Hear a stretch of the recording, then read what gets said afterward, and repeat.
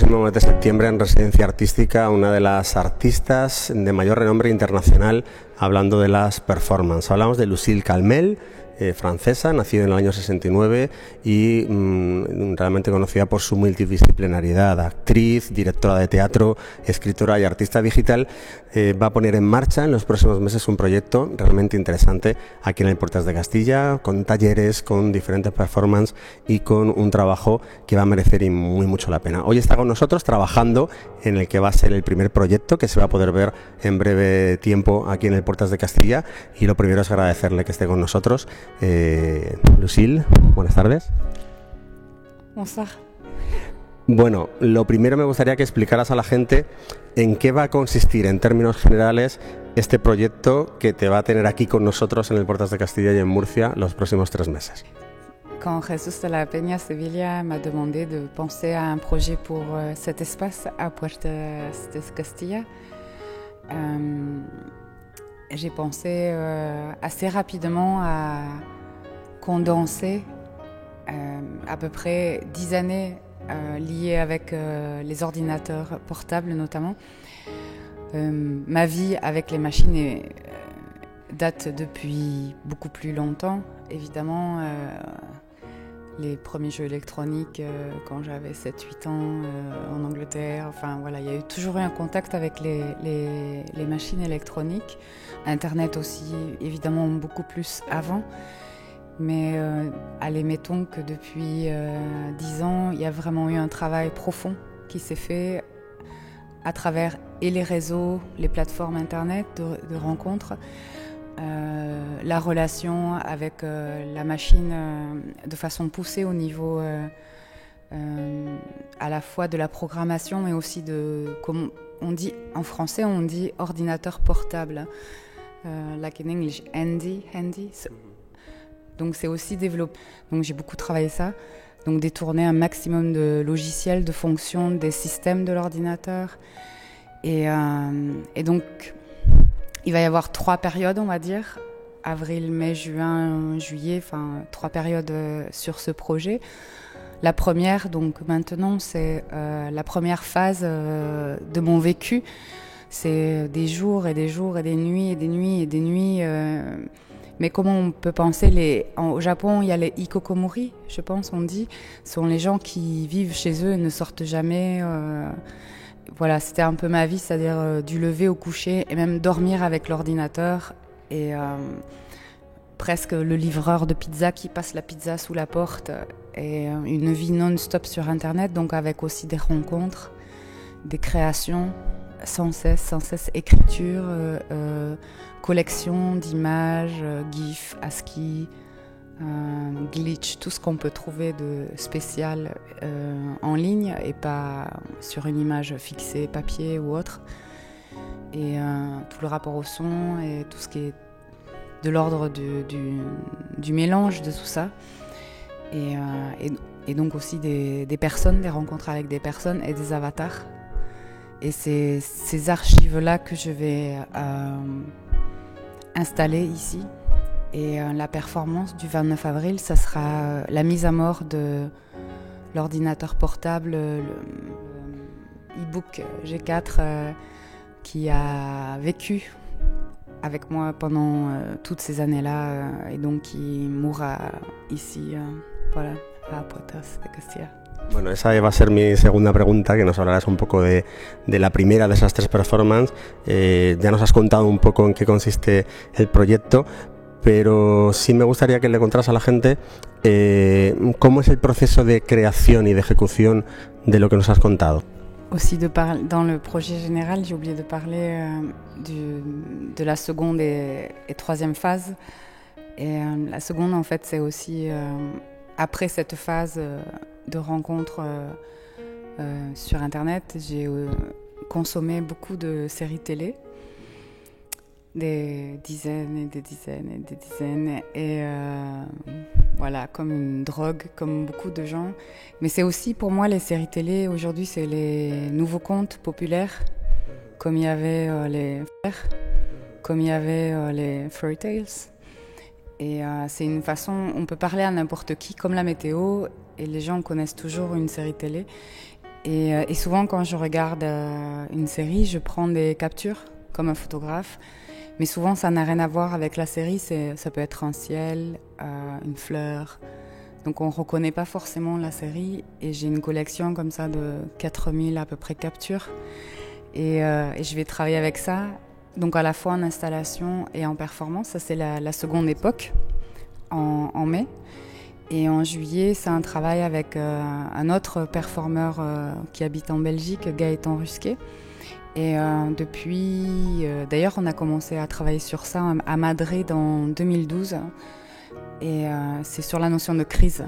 Donc crise aussi individuelle ou actuelle, sociale, politique, économique. Et c'est un travail de mix.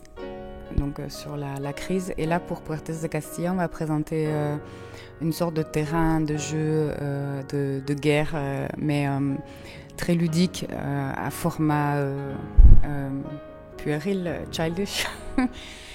Et en même temps, c'est sombre et ludique. Enfin voilà, c'est tout un travail avec des machines, des engins, des petits spectacles, moments spectaculaires et ouais, voilà, c'est encore un autre travail qui finira en juillet.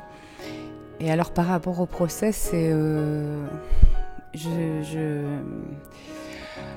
j'ai envie de dire que comme c'est à la fois une façon de vivre, comme j'ai pu écrire jour et nuit sur Internet ou regarder des séries télé, c'est une façon de ne pas vivre aussi. Mais et pourquoi on collectionne, on commence une collection. Alors, quand j'étais déprimée, un ostéopathe m'a dit, dans la recette du bonheur, il faut que tu aies un hobby, un loisir, mais qui ne serve pas à créer. Et donc, c'est très difficile en tant qu'artiste. Souvent, on prend tout. Et même parfois la vie de ses amis, on marche, on mange, et il y a cette espèce de volonté de tout utiliser potentiellement. Et donc comment garder un hobby qui reste hobby, ouais, ça c'est quasi impossible en fait. Et là c'est la première fois que je travaille plus avec de la matière qu'avec mon corps. Parce que d'habitude je performe et voilà, il n'y a pas vraiment de scénographie ou installation. Souvent, je disais aux curateurs de choisir sur Internet et de faire eux et d'exposer eux. Moi, je suis un corps et là, j'essaye de jouer avec... c'est comme un jeu aussi. Iba a preguntarte por un poco tus inspiraciones, en qué te inspiras a la hora de crear tus obras. Ya nos has contado un poco, ¿no? Lo que sucede a tu alrededor, la actualidad, también temas como muy personales y muy autobiográficos. Wow. C'est toujours une surprise aussi pour moi. Parce que tous les jours tu peux faire waouh, enfin tous les jours il peut se passer quelque chose. Mais pour moi, ce qui est important, c'est ce qui reste. C'est que ce soit le travail. J'ai aussi travaillé en mise en scène avec des auteurs comme Arthur Cravan ou David Wojnarowicz ou Katia Keur. Et sont des compagnons de vie. Et pour moi, un sujet ou un topic, c'est aussi un compagnon de vie. C'est pas juste one-shot ID. Et donc, j'ai besoin de vivre avec plusieurs années pour aller là, creuser, rebondir. Et donc en fait, quand une idée elle arrive ou un sentiment, une émotion, je la laisse, ok, il y a quelque chose qui se passe. Et puis je regarde une semaine après, un mois après, s'il y a toujours une résonance. Et là, je me dis, je dois travailler, je dois y aller. Et le prochain projet, par exemple, c'est les electronic waste. En Afrique et en Asie, il y a beaucoup de décharges d'objets européens, mais des tonnes et des tonnes. En fait, on dit qu'on recycle, mais en fait, on envoie en Afrique ou en Asie. Et ce sont souvent des enfants qui brûlent les machines. Ça pollue les eaux, les terres, mais sur des kilomètres et des kilomètres. Enfin, c'est... et voilà, il faut y aller, mais le temps de se dire y aller, pourquoi, comment, les risques physiques. Et même si soit on peut trouver à se protéger, nous on va être protégés, mais les enfants qui vont nous voir protégés, eux le seront pas. Enfin voilà, ça pose plein de questions. Donc c'est même un projet, je ne sais pas si éthiquement j'arriverai à aller jusqu'au bout. En fait, c'est toujours une aventure et peut-être que dans le chemin, il n'y aura jamais de présentation au public. Voilà. Veo que la tecnología es bastante importante en tu trayectoria creativa. Aparte de explicarnos el porqué, también me gustaría preguntarte qué papel le das tú a la tecnología a tu vida diaria. Alors peut-être que j'ai connu les machines avant beaucoup d'autres gens. J'ai rencontré, je crois, les premiers jeux électroniques. J'avais 8 ans en Angleterre. Enfin voilà, c'était avant. Et mon premier ordinateur, j'avais 11 ans ou 12. Et encore avec les cassettes. Et tu devais tout écrire, les programmes, recopier. Si tu te trompais une virgule, ça marchait pas. Et je me suis dit... mais il y avait quelque chose de magique. Les boutons, l'odeur du plastique. Et puis, c'est devenu aussi des outils de tous les jours. Et alors aujourd'hui, évidemment, il y a des écrans partout. Même si tu n'as pas chez toi un smartphone, un ordinateur, tu veux retirer de l'argent, c'est une machine. Tu veux acheter un billet de train, c'est une machine. C'est plus cher de vivre sans Internet aujourd'hui si tu veux acheter un billet d'avion ou autre chose parfois. Si tu veux vivre déconnecté complètement aujourd'hui, c'est à moins d'être vraiment peut-être à la campagne, mais si tu as des liens avec une banque ou quoi que ce soit, ça devient difficile. Donc c'est aussi ok, donc il y a des machines, elles sont là. Et puis évidemment, ça nous a permis de créer très jeune, d'être libre au niveau de la création, d'accéder à... On pouvait faire du son, copier, coller... C'était magique, quoi. Ça, il y a eu ça aussi cette époque-là. Donc la démocratie, l'accès aux outils pour tout le monde. Mais aujourd'hui, c'est aussi,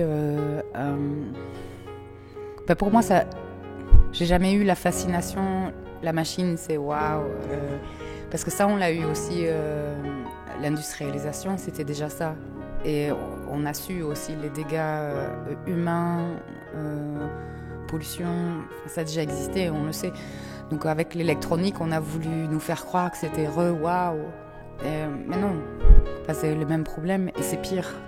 C'est humainement nos vies courbées comme ça.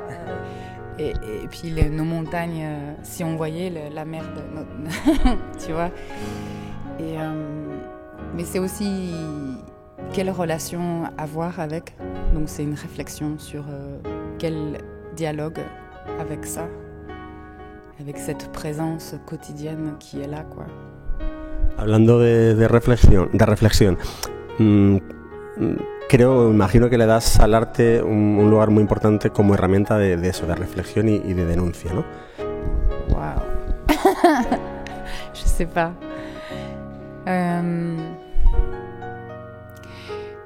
Non, franchement, quand je performe, j'essaie de trouver d'être en écoute et de faire un peu trembler comme ça. Un peu trembler, ébranler le sol. Et je me dis qu'en changeant un peu la focale ou la perception, notre cerveau, il peut se dire exactement comme quand tu changes la caméra de place et regarder autrement un objet. Et après, tu peux peut-être aller ailleurs. Mais j'ai pas de direction. Je veux pas, parce que si je donne une direction, c'est aussi une tyrannie, ou imposer une direction, c'est aussi... Donc je préfère juste donner la possibilité d'aller ailleurs. Mais je veux pas dire tu vas là, ou tu vas là, ou tu vas là. C'est juste... c'est ce que j'essaye, Bueno, para ir acabando, viendo tu currículum, actriz, directora de teatro, escritora, artista digital, dentro de todo esto, ¿cómo te inicias en las performances y el porqué de usar este tipo de lenguajes? Je crois que j'ai choisi très très jeune de dire performance, alors que je savais même, j'ai pas fait d'école d'art et j'habitais dans des petites villes en France et j'avais même pas de culture spécialement au niveau des performeurs, en tout cas récents. Je connaissais les dadaïstes, les surréalistes, un peu, voilà, les années 60, 70. Mais je pense que j'ai tout de suite dit ce mot-là et fait. Donc j'ai agi tout de suite. Et parce que c'était justement pas défini. Et encore aujourd'hui, c'est à part dire que la performance, c'est l'artiste qui utilise son corps. Ça reste très vague. Après, on peut rajouter le temps, l'espace, mais ça reste très très flou. Et pas maîtrisable, pas définissable, on ne peut pas mettre vraiment dans une boîte, même si en ce moment la performance est beaucoup à la mode et dans beaucoup de festivals, de lieux, et la définition redevient floue, parce que aussi en anglais, performing arts, c'est aussi lié au théâtre, à la musique, à la danse, donc c'est aussi très flou. Mais pour moi, c'était une sauvegarde. Si je suis là, on ne sait pas ce que c'est. Et donc, je ne suis pas dans un club, je ne suis pas dans un... Parce que le théâtre, il y a des règles, enfin, il y a des familles aussi dans le théâtre, mais je voulais créer ma famille, je ne voulais pas, comme ils disent, tu fais ci, tu fais ça. Et aujourd'hui encore, je sens que ça reste un terme assez vague, parce que tu peux aussi être libre d'utiliser un médium différent. Tu peux être performeur, photo, vidéo, cuisine, architecture. Tu peux... Et tu peux changer. Et moi, j'ai besoin de changer parce que je ne sais pas pourquoi, à force d'utiliser un médium, ça meurt. Enfin, je donne plus de vie et j'ai besoin comme une terre. Je parle beaucoup de la terre à des paysans. De laisser dormir une jachère, on dit en français, où tu laisses dormir la terre pendant 1 an et hop, tu replantes autre chose. Et aussi parce que pour moi, c'est être là. La performance, c'est être là. C'est pas je répète, j'ai une écriture fixée. Et ça veut pas dire qu'en danse ou en théâtre, on peut ne pas travailler ça, parce que la performance, aujourd'hui le théâtre et la danse, en tout cas chez certains metteurs en scène ou chorégraphes, ils ont aussi intégré la performance, donc ils connaissent ces outils-là.